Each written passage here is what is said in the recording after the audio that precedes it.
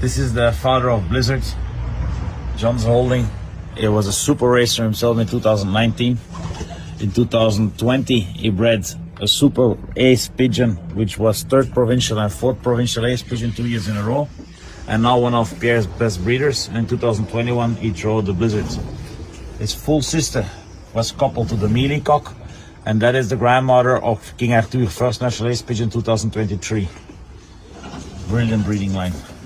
Crossed with the Bulck line, very successful. 2 national ace pigeon KBDB, crossed with the Bulcks in 3 years. Als het zo enorm. Ja. Altijd een mondje apart. Ja. And this is the mother of Blizzard. Pierre, I think, best breeding hen. Every single year, the brothers and the sisters of Blizzard still performing very well, breeding winners for Pierre, breeding winners for myself, for Sheldon and Leonard, for many other people. This is a beautiful hen. She's bred from the 916, the brother machine, coupled to the granddaughter Kittel, Gouden Grass.